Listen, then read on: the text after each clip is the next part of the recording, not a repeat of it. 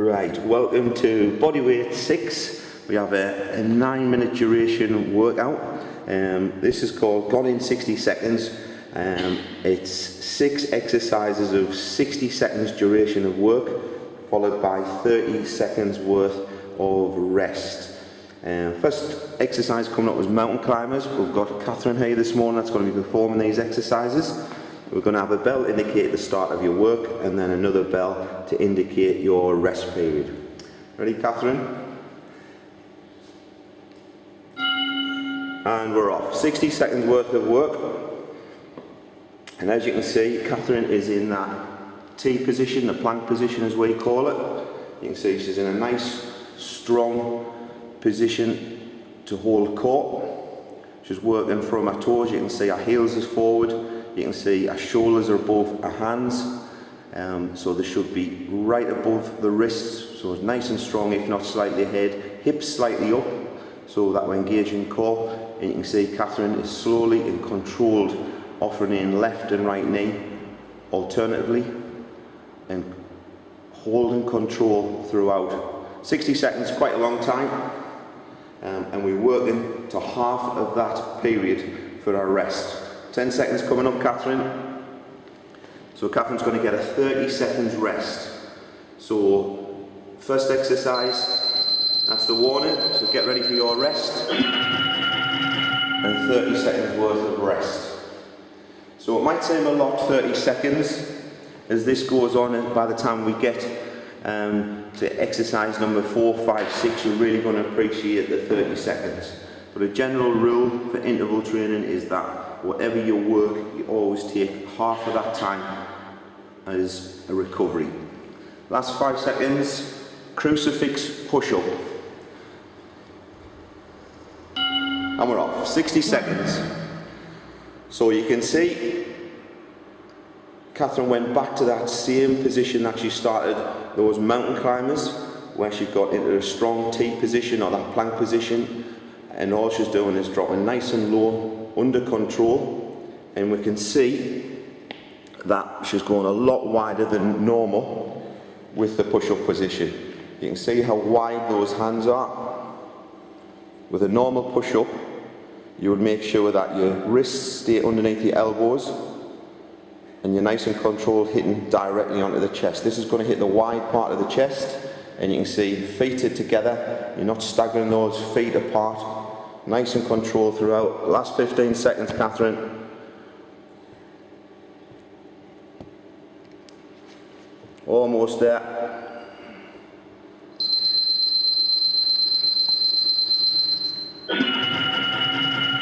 And another rest phase. So that's quite tough. At any point, if you felt you needed to rest throughout that, by all means rest, stretch the chest. If you're struggling, then all you need to do is drop to your knees. So drop your knees directly down, and rather than working on the toes, work to knees. Last 5 seconds coming up, then we're going to start into jack squats. 2, 1. So important technique this, so we're going to look at Catherine and see how low she is. So she's gone into that low squatting position, squatting down. If you watch her head height, there's very little movement. There's just that slight rising of the head as she comes back up from the jack. So if you think jump jack, we're mixing up a squat with a jump jack. Just a nice tempo. She's not going too fast and trying to hit the lungs too hard and get out of breath too quick. She's trying to work muscles as well. If you need a rest, as Catherine's done, just stand up, walk away from it, kick your legs out, get some oxygen back into the legs and come back to it. 20 seconds to go. So you can see Catherine is trying to maintain that head height throughout. Very little movement when she goes down into that squat position. So she's hanging now, waiting for this final 10 seconds. She really needs the 30 seconds to come. 5 seconds. Here we go. Well-earned rest coming up. And 30 seconds rest. So how did you fare? Did you manage to hold on for the 60 seconds? Did you rest once? Did you rest twice? Did you rest 3 times? Use that as a little bit of a challenge, so next time you're less of a rest. Next exercise, exercise 4. Catherine's starting to feel it. 60 seconds worth of deck squats. So really want to watch technique on this one. Here we go. 2, 1.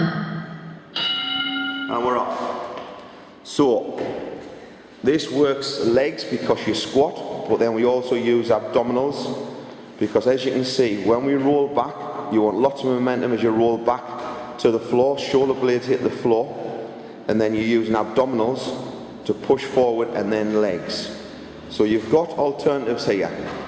Some people may be able to rise from the floor and back up into that upright position without hands.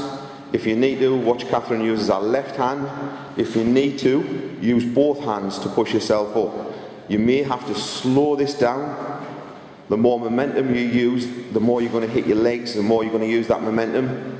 The more you slow it down, the more we're going to hit abs. So Catherine's heading towards the last 10 seconds. She'll be feeling abs and she'll also be feeling the legs. Countdown.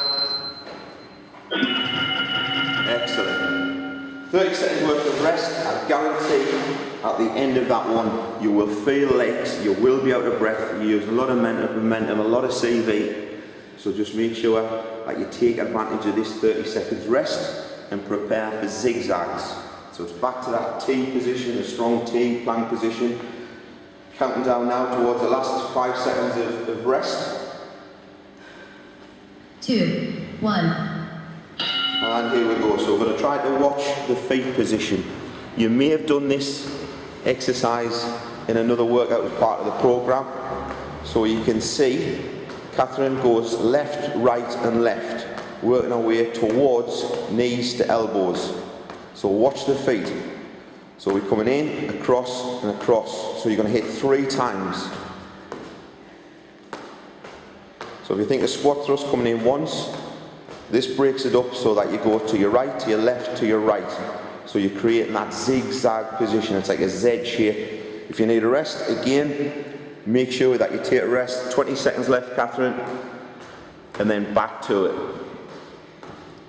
And if you watch Catherine's tempo, she's getting tired, so it will slow.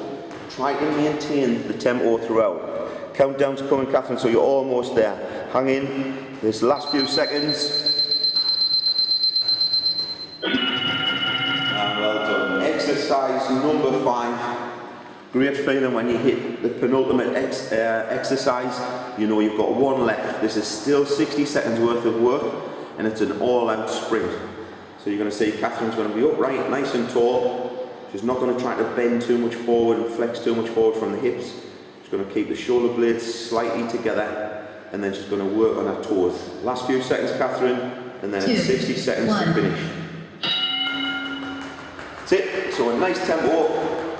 You go as fast as you can, and don't worry, by the end of this 60 seconds, if you lose your speed and you're not hitting the floor as hard as what you started, but you can see Catherine is working arms as well as legs.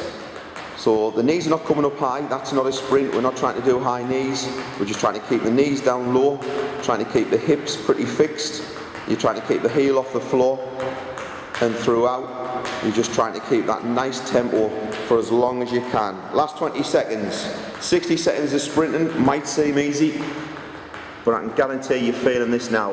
You're just trying to hang on now. Final 15. End of workouts in sight.